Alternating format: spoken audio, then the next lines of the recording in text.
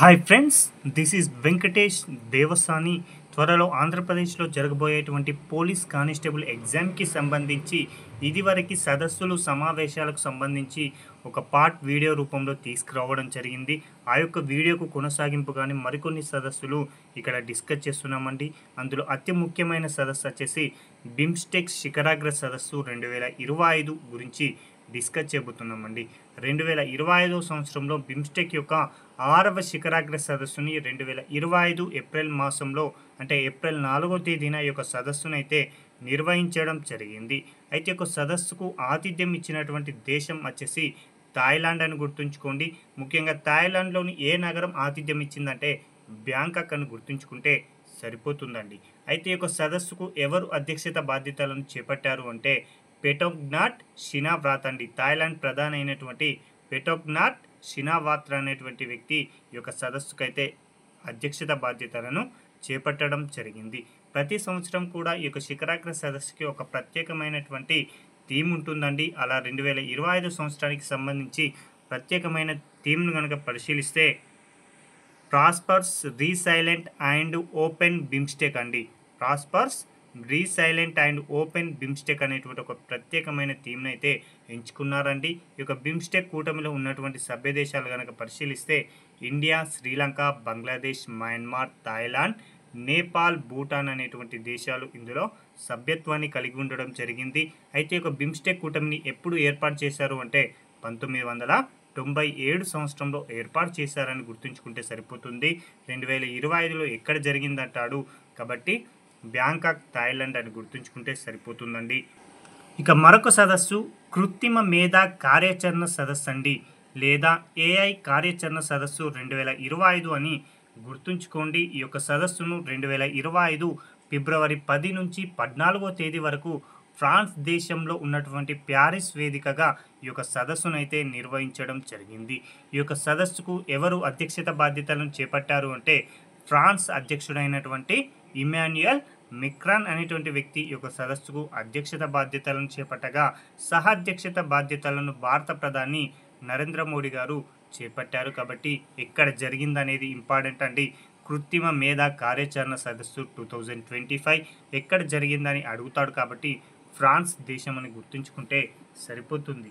ఇక 82వ అఖిల భారత సభాధిపతుల సదస్సు లేదా 85వ అఖిల భారత స్పీకర్ల సదస్సు అనేది 2025 జనవరి 20వ తేదీన బీహార్లో ఉన్నటువంటి పాట్నా వేదికగా ఈ యొక్క సదస్సునైతే నిర్వహించడం జరిగింది. ఇక మరొక అంశం అండి బిమ్స్టెక్ యూత్ సమ్మిట్ అండి. చాలా ముఖ్యమైన సదస్సు బిమ్స్టెక్ యొక్క యూత్ సమ్మిట్. ఇప్పుడేమో మనం డిస్కస్ చేసుకుంది బిమ్స్టెక్ యొక్క 6వ శిఖరాగ్ర సదస్సు అండి. ఇక్కడ మాత్రం బిమ్స్టెక్ యొక్క యూత్ సమ్మిట్ గురించి డిస్కస్ చేస్తున్నాం. 2025 ఫిబ్రవరి 7వ తేదీ నుంచి 11వ తేదీ వరకు గుజరాత్ రాష్ట్రంలో ఉన్నటువంటి గాంధీనగర్లో ఈ యొక్క సదస్సునైతే నిర్వహించడం జరిగింది. దీని యొక్క ప్రత్యేకత ఏంటి అంటే మొట్టమొదటి బిమ్స్టెక్ యూత్ సమ్మిట్ అండి.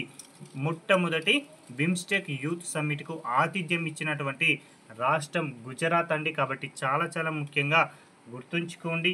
ఇక మరొక సదస్సు అండి ప్రవాస భారతీయ దివాస్ సదస్సు అండి. ప్రవాస భారతీయ దివాస్ సదస్సు ప్రతి సంవత్సరం కూడా జనవరి 9వ తేదీని ప్రవాస భారతీయ దివాస్గా నిర్వహించుకోవడం జరుగుతుంది. అయితే 2025 సంవత్సరంలో ఈ యొక్క ప్రవాస భారతీయ దివాస్ యొక్క సదస్సు అనేది 18వ ఎడిషన్ని నిర్వహించడం జరిగింది. ఈ యొక్క 18వ ప్రవాస భారతీయ దివాస్కి ఆతిథ్యం ఇచ్చినటువంటి రాష్ట్రం వచ్చేసి ఒడిశా రాష్ట్రం అండి. ఒడిశా రాష్ట్రంలో ఉన్నటువంటి భువనేశ్వర్ ఈ యొక్క సదస్సుకి ఆతిథ్యం ఇచ్చారు. అయితే ఈ యొక్క సదస్సును 2025 జనవరి 8 నుంచి 10 వరకు నిర్వహించగా ప్రారంభ వేడుకలకి ముఖ్య అతిథిగా లేదా ఈ యొక్క సదస్సును ప్రారంభించింది ఎవరు అంటే భారత ప్రధాని నరేంద్ర మోడీ గారు అని గుర్తుంచుకోండి. అదేవిధంగా ఈ యొక్క సదస్సుకు ముఖ్య అతిథిగా ట్రినిటాడ్ అండ్ టొబాగో అధ్యక్షురాలైనటువంటి క్రిస్టినా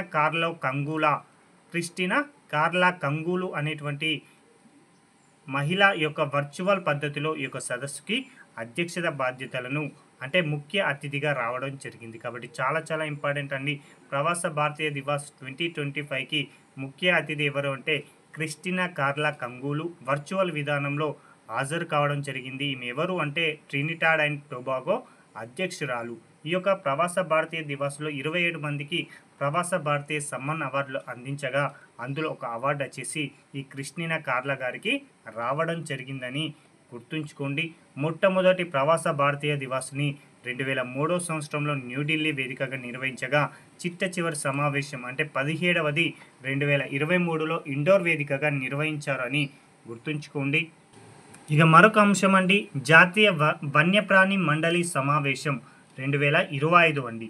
2025 మార్చి 3వ తేదీన ఈ యొక్క జాతీయ వన్యప్రాణి మండలి సమావేశాన్ని నిర్వహించడం జరిగింది. ఎక్కడ నిర్వహించారంటే గుజరాత్ రాష్ట్రంలో ఉన్నటువంటి గిర్ వన్యప్రాణుల అభయారణ్యంలో ఉన్నటువంటి ససన్గిర్ ప్రాంతంలో ఈ యొక్క జాతీయ వన్యప్రాణి మండలి సమావేశాన్ని నిర్వహించడం జరిగింది. అయితే ఈ యొక్క సమావేశానికి అధ్యక్షత బాధ్యతలను చేపట్టింది భారత ప్రధాని నరేంద్ర మోడీ గారని గుర్తుంచుకోండి. ఈ యొక్క సమావేశంలోనే అంతరించిపోతున్నటువంటి బట్టబాతు పరిరక్షణ కోసమై ఒక ప్రత్యేకమైన కార్యాచరణ ప్రణాళికనైతే ఆవిష్కరించారు. కాబట్టి ఎక్కడ జరిగిందంటే మాత్రం గుజరాత్ అని గుర్తుంచుకుంటే సరిపోతుంది.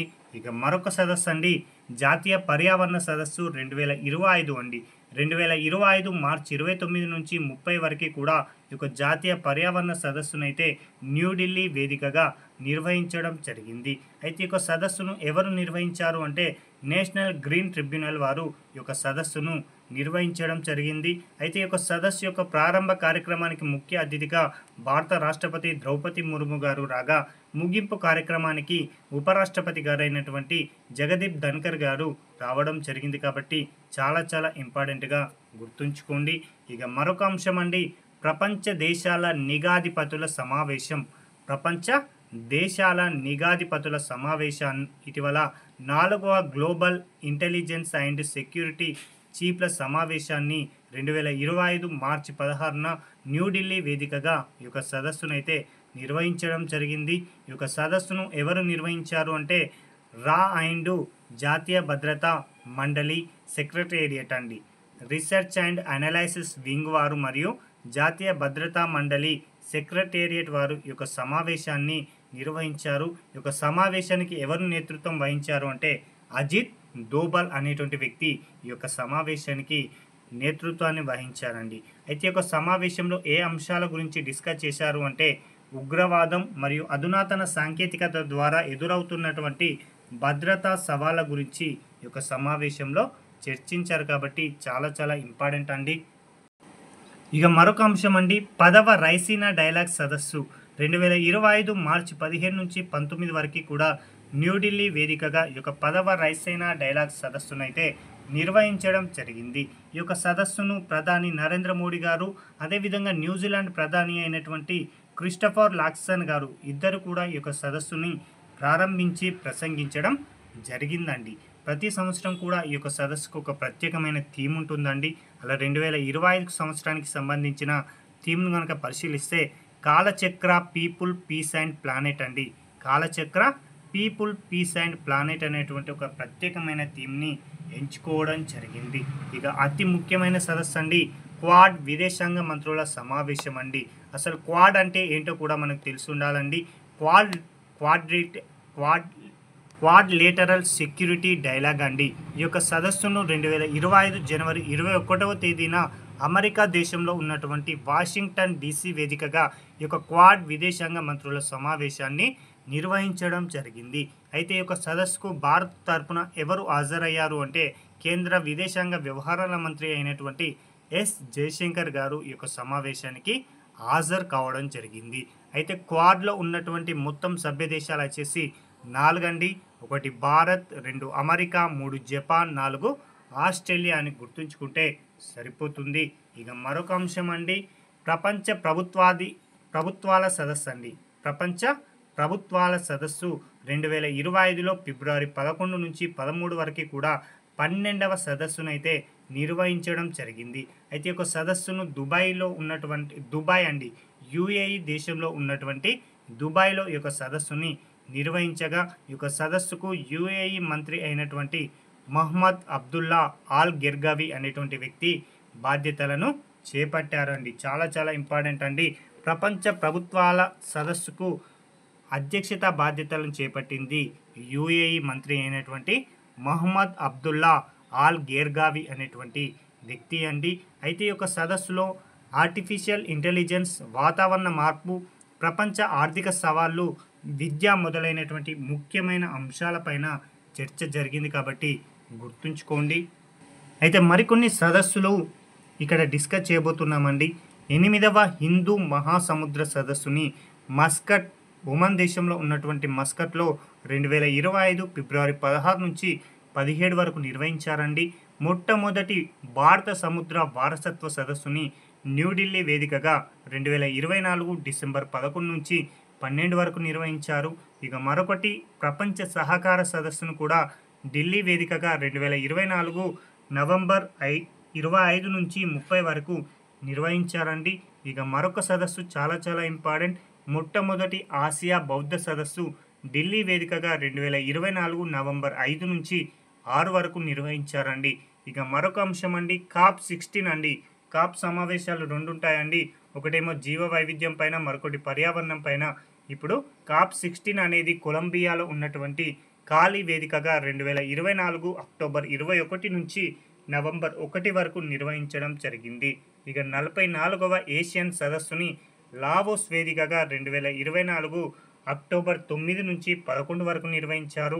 ఇక G7 సదస్సును ఇటలీ వేదికగా 2024 జూన్ 13 నుంచి 15 వరకు నిర్వహించడం జరిగింది. కాబట్టి ఈ యొక్క సదస్సులను కూడా ఒక్కసారి చదువుకొని వెళ్ళండి. ఇవండి ఈ రోజుకు సంబంధించిన ముఖ్యమైన సదస్సులు, సమావేశాలు. Thank you.